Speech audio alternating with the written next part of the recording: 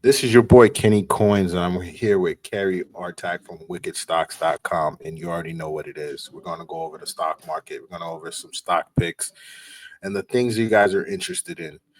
Um, but quick, the market conditions, man, shoot, man, there's been a lot of selling going on. A lot of Yeah, selling going on, right, Kerry? A lot of selling going absolutely. on. We can't pinpoint it. There's a lot of uncertainty in the market right now. Traders, investors don't like uncertainty, so you probably that's why you're probably seeing the selling pressure. I don't know if this is right time to accumulate. I read a article that says this is the bottom. This week might be the bottom. What do you think? I think there's a case to be made for that. Of course, I'm very technically oriented, but I have some levels I can show you in the S&P 500 if you use that index as kind of the broader market gauge. Bitcoin has also been testing significant long-term support. It had a big breakout last November, expecting 122,000, and we slipped back to breakout support this week in the low 80,000 area. I'll show that in a moment. So, and the S&P 500 is testing convergence of two channel structures that suggest that as long as we close above them, that the big picture as we move through the second quarter is still bullish. And I think on this test, we've been in a consolidated framework, two-sided, for the last, well, since December. And I think that this sell-off that's occurred, it's definitely tested support. Once we come out of here, if we come out of here to the upside, I think this is the sell-off to buy into that should then push us through those highs over the next 3 to 5 weeks and then onward and upward to new highs. I've got price points that I can show in a moment as well as the longer term objective. Let's get to it. Man. Let's All start righty. with the S&P 500. See if there's really going to be those analysts are actually telling the truth. They're going to be a bottom this week. Sure. So I will start with the S&P 500. Where are you? This is the weekly bar chart, the only bar chart I'll be showing. And you can see I'm talking about these two channels. So this is a 5-year chart.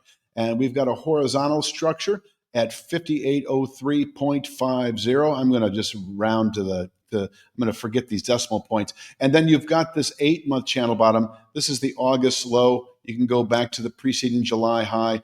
57.54. It is this kind of 50-point range between 57.54 and 58.03 that we've been testing much of this week. We came off of it a bit today, as you can see. We're still just above it, but this is the area to buy, in my opinion, and it's difficult to buy this area, obviously, because we have along the way violated the January low. So you've got some people bailing on that alone. But I think structurally, we're still in good shape. As we continue through the second quarter, I think this 64.31, which is a 5-year channel top in reach, I'm going to call this 3 to 5 months from now. We can push on up into this area. And in fact, I don't normally do this, but I am on this. I'm going to wing this here right now and just show you what I see as being the next kind of the go with for anticipating 64.31. And it's not going to happen this week, but it would be a settlement above roughly 61.35. I'll just round that down. That would be 61.35 that I think is in reach over the next, I don't know, 2-3 weeks above 57.54. 61.35 is kind of the top of this consolidation area. But as I was mentioning before, we've slipped into significant support. This is the area to buy into for anticipating now 64.31 over the next 3 to 5 months. And if over the next few weeks we can close above 61.35, we're just another couple of months away from reaching 64.31. This 5-year channel top able to contain annual buying pressures. Apple tested its own 5-year channel top in December and has fallen away since. Now, if we close below 67.54 and a quarter, all hope is not lost. What we then see is like a 2 to 3 week bearish continuation. This will really shake out long positions down to 54.55. 54.55 is a 2-year channel bottom coming off of this October 22 low. So it cannot be ignored for its ability to also contain longer term selling. But, I think the way I'm framing it to my clients is you're buying 57.54, anticipating new highs in the coming weeks, and you're selling aggressively through the rest of the year, a settlement below 54.55, then expecting this low area within, I don't know, 5 months, 3 to 5 months, 5 to 8 months. But I don't want to get too ahead of myself. That pretty much, I think, kind of covers the S&P. Let me tell you about Bitcoin. And this is also a weekly chart. So you've got this channel top that is a 5-year channel top that is right now at 83,175. We closed above that channel top back in November. That set up this A-B count. This A minus B plus A takes you to the full swing to the upside. It's a great targeting mechanism. They work pretty well. 122,433 remains a big picture objective by the end of the year, holding above this 83,175. And what we also have in the low 80s is a rising 1/3 speed line. Now, it would take me 10 minutes to explain how to construct these. There's a lot of simple math involved, but they are a trend defining element, a 1/3 speed line. So long as you are above the rising 1/3 speed line at 81,305, you're still in a bull market. It is still an area to buy in the low 80,000 area. Now, our next resistance and buy signal on strength would be above last week's high. Why is that important? Because so far, that is the move low. So when you close above the high of the low, 96,806, that is the pull away factor through the rest of March and into April. Within several weeks with present volatility, I could see the 109,192 high that was put out in January. So it is a bit stair step to the upside, but I would say that holding above 81,305, 122,000 remains in reach later in the year. If we close below 81,305, I would actually expect this rising 2/3 speed line. Let me get rid of some of that stuff just to show kind of the drama of it all. If we close below 81,305, I'm a net seller of Bitcoin into later year. I would see 48,485 as an objective. And why I wanted to jump out of that last image is because on the way down, of course, you've got this old high area, 68,964, and you've got this from March of last year of 73,000. This is kind of the top of a head and shoulders potential. So you've got left shoulder, head, right shoulder. What would that look like? That would mean that we would collapse below all this down to the speed line, as I said, which would allow us to form a right shoulder perhaps longer term. So this is a long way for me to say that if we close this week below 81,305, the 48,485 becomes likely by later in the year. This could be quick. This could be with 2 or 3 months, could be 3 to 5 months. But until then, holding above the low 80,000s, there's nothing to beat but long. I'm not gonna lie. Don't hate me. I'm holding Bitcoin, but I would love to get that 60,000, 73,000 area. Man, I'll be like trying to load up because when I'm looking at this chart, it just reminds me of what BlackRock says. There's not enough Bitcoins out there for all the millionaires out there in the world. So that head and shoulder comes to reality, and that A minus B plus A happens. Man, just getting that around 60,000, 68,000, man, you're looking at 40, 50% return. You know what I mean? Mm-hmm. So that there might be a good picking up spot if it fall below 83. There will be plenty of buyers here for sure, and I could easily see 100%. kind of a 1 to 2 month bounce. But I'm leery of a settlement below 83,175. This was a big accomplishment when we closed above it, and if we close back below it, I think it has similar meaning to the downside. I would stay clear. Now, I understand buying 73,000, buying 68, 69,000. Certainly a legitimate way. And you're right. We could bounce from here and then close back above the zone and off we go. Because I see that choppy area at that top, you know what I mean? Where that top is, where at the 68, 70,000, there's a lot of choppiness, you know what I mean? So it might be able to make stable as a, lower ground in that area. That's what I'm thinking. That's what I'm seeing, but look, well, that's what makes the market, right? Opposing views. So nothing's guaranteed, but I do see and do believe that if if it falls deep, 48,000 is very and more likely possible. Yes. That would be my play. Below 81,305, we set up for 48,000. Now, there's no guarantees, of course. And obviously, on the way down, this 69,000, 74,000 area is going to be a big deal. And if we take that out to the downside, when you break into an old consolidation zone like it would be if we were to close then below 69,000, you typically fall all the way to the bottom of it, generally speaking. And that's, once again, you've got a long-term speed line at 48,000 that would support all that. I could jump to Coinbase if you like while we're talking, cryptocurrency. Coinbase tested this week a significant channel that goes back to November 23. So it's about a year and a half in the making. 193.98 was tagged this week. We've come off of it modestly. It can contain selling because of how long it goes back through the second quarter into later year. From here, you cannot discount the possibility for rallying from 193.98 up to 373.68. What is this? This one took from September to December. This was a 3-month move here.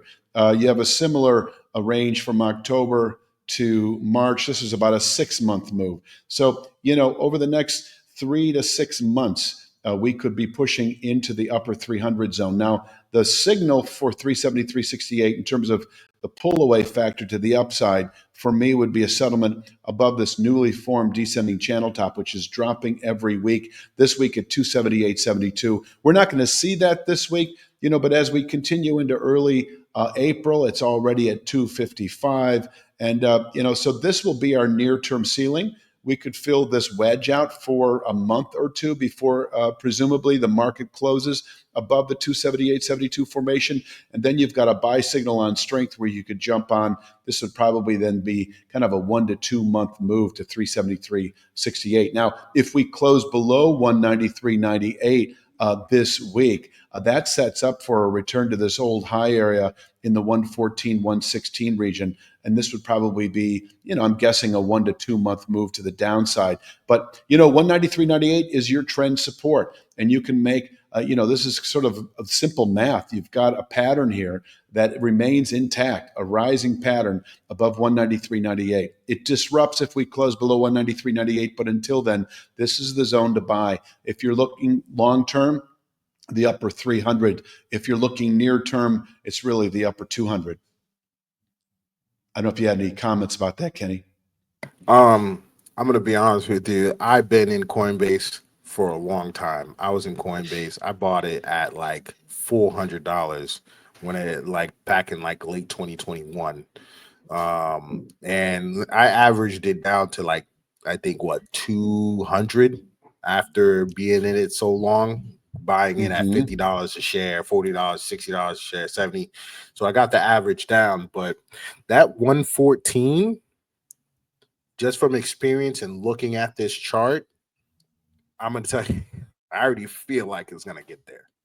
It's going to go there. That 114, I just feel like if it drops past 193, that 114 is just, you ever look at a chart so long, a stock so long, look at the chart, traded it, been in it for so long, where at this point you kind of know how it moves. I don't know if you ever had that feeling where you've done the technical on this chart week in, week out, and you just know how to move. It's just I've been in Coinbase so long, I looked at this chart so much. It's it's gonna touch that it's gonna touch at least 120, 140. You know what I mean? Between that area, it's just I think Coinbase you could operates. Sure. You could also look at that Bitcoin chart that I showed earlier. Yeah, I was just about to say that. Yeah, if we close below 81,000 in Bitcoin, we're likely in the same week to close below 193.98. And then it's if we have a prediction for the downside for Bitcoin, you might as well have a prediction for the downside for Coinbase, because it's gonna pretty much go the same way.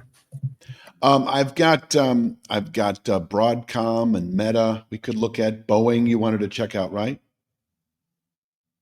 100%. We can look at Boeing.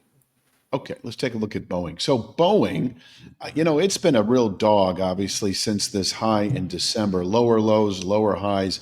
Right now, we're in this I don't know what you would call it, but if I were to buy Boeing right now, and I could justify that ever so cautiously above 154.31, but kind of like what you said about Coinbase a moment ago, this just feels to me like it wants to violate 154.31. But I don't like to be so presumptuous. Just let the market tip its hand, and if it closes below 154.31, we've got another downdraft.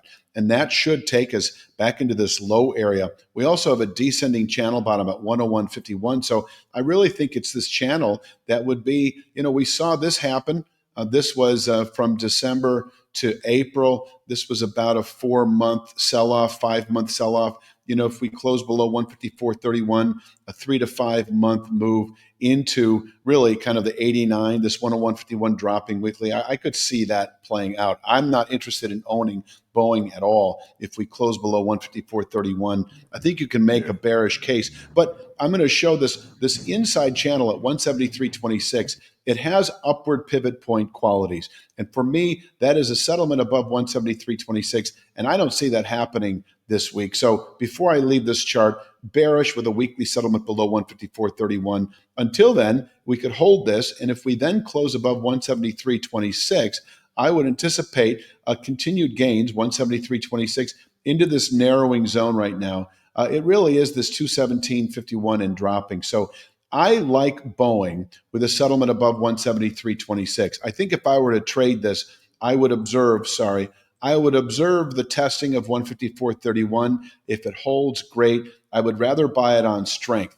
After testing this channel, buying on strength would be above 173.26. That should then push this market. By May, these two channels converge, and I would expect 217.51 and dropping into the 209 area by May. I think that would be the objective. And that's how I would play Boeing. I would buy it with a settlement above 173.26. Until then, I would watch from the sidelines. And if we close below 154.31 this week, you might even consider reaching for, 110, 190 strike out of the money puts that don't expire. I'd go 6 to 9 months out on that expiration. This is probably a 3 to 5 month play to the downside.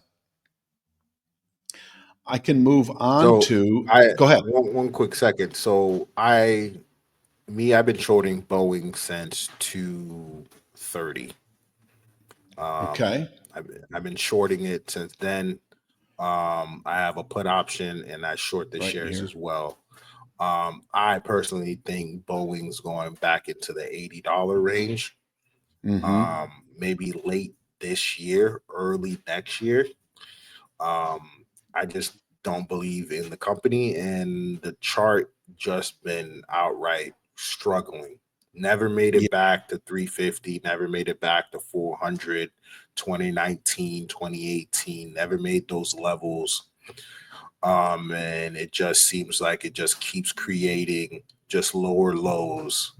And it seems like all the like upticks to the upside has been just it trying to get back to where it was, and it seems like it's just not going to happen. Well, here's to your point, which is to say we actually about a month and a half ago closed above this channel top. That was a significant buy signal. And in my view, the way I've always viewed the markets is that a failed buy signal is in itself a valid sell signal. So having collapsed this week for the first time below this descending channel top is a sign of weakness. And that's one of the reasons why I'm just like, I'm not going to buy 154.31. I would rather wait for a settlement on strength. That would be back above the low 170s, and then we could continue higher. But until then, I think this market, based on what you just said, we've got a failed buy signal. This was a 6-month channel. I think it means downside. Our next clear sign for downside would be a settlement below 154.31. So I completely echo everything you just said. Yeah, it's I wouldn't touch this stock unless it's above 174. That's really above 174. Like it's a buy. It's just look at the past, look at the technicals. It's not doing well. And you can see that in the chart. It's trying to get back up to those levels, like from 89 to 300. Then it came collapsing down to like 113. Then it tried again, got up, got up to like to what, 270, 280, almost 300, or is that 300? 267. 267. 267. Never really got back to that old high that you saw like in 2021. Mm-hmm. You know what I Right. mean? So, Mm-hmm. then it crashes back down to closer to under 150, and then is trying to climb back up again. I just seeing lower highs, you know what I mean? So like it's not really showing us very long-term promise. I agree. So I think the emphasis is down, especially in light of that channel rejection that occurred this week, closing this week, which could happen below 154.31.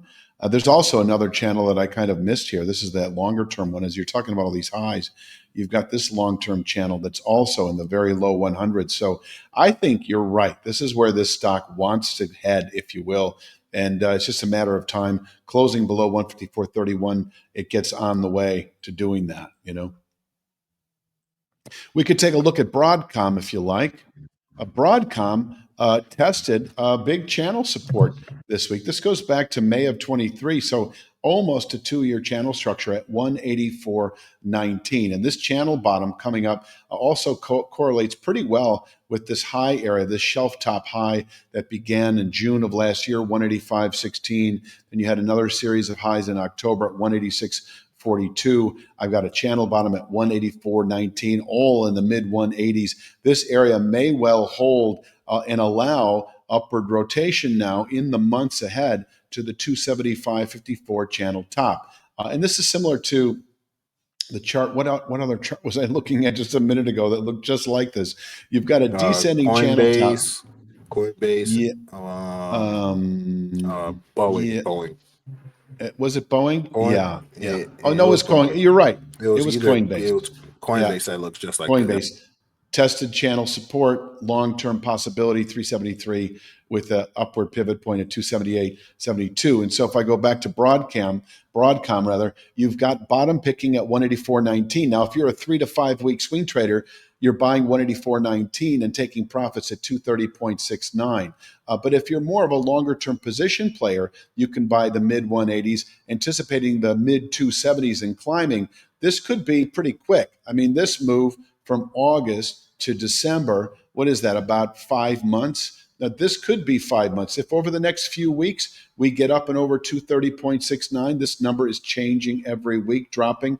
That then sets up 275.54 as a 1 to 2 month target. So that is the big picture. Now, if we were to close below 184.19, and we are right there, I see this as a 128.50 target. Once again, you've got a shoulder, you've got a head.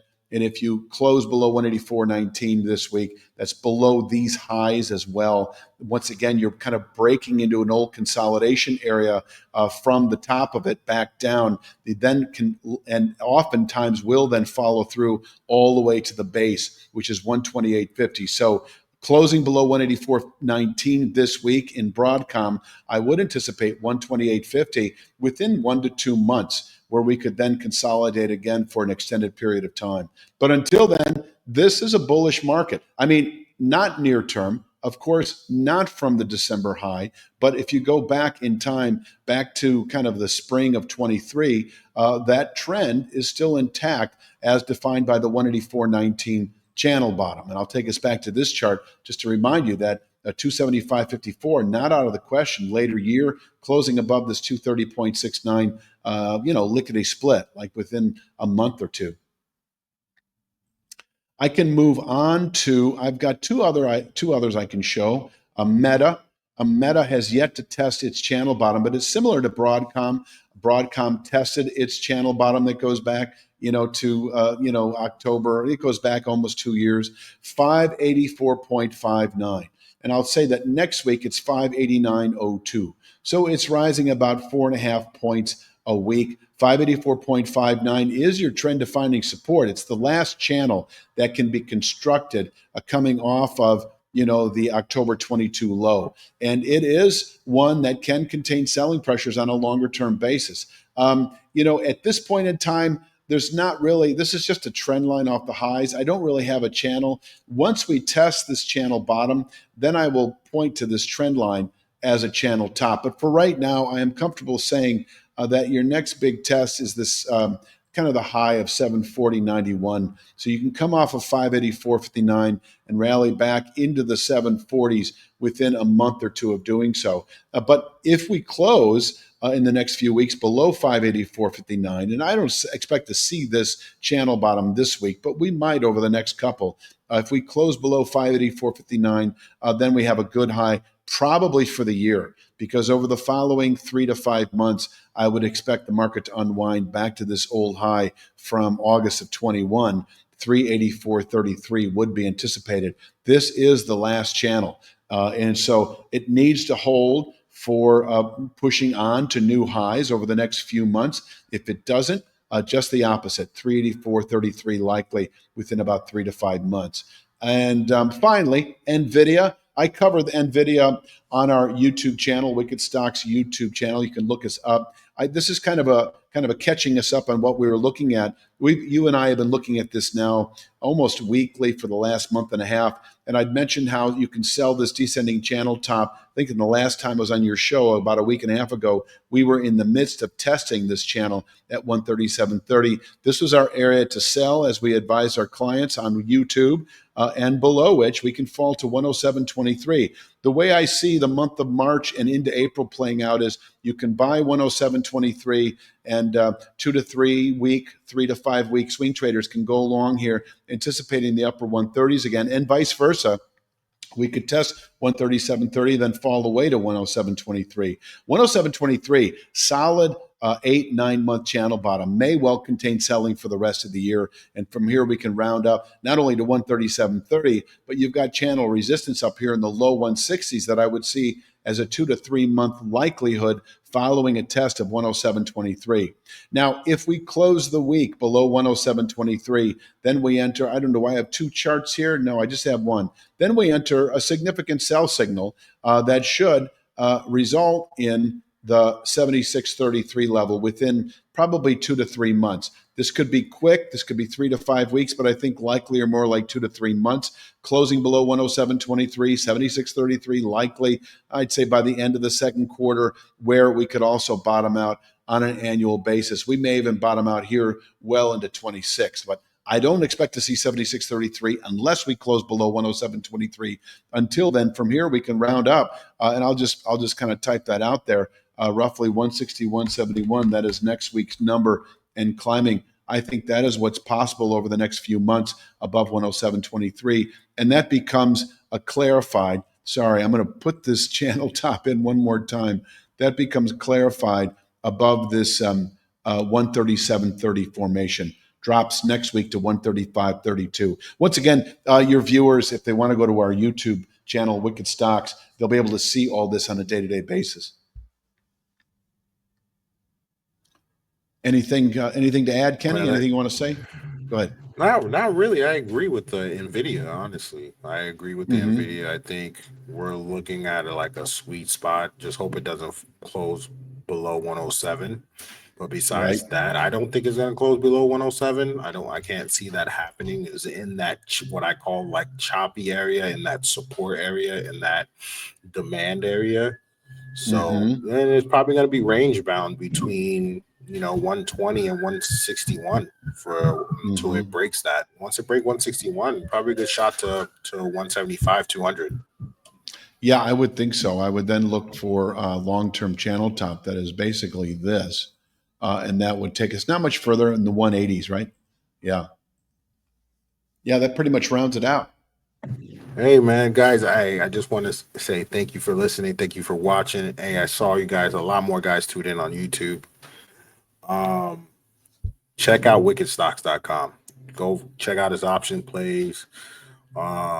He's doing amazing. I like his stuff, and we'll keep coming back with more. And check out his daily stuff on YouTube. Thank you, Kenny. I appreciate it. It's always a pleasure. Peace.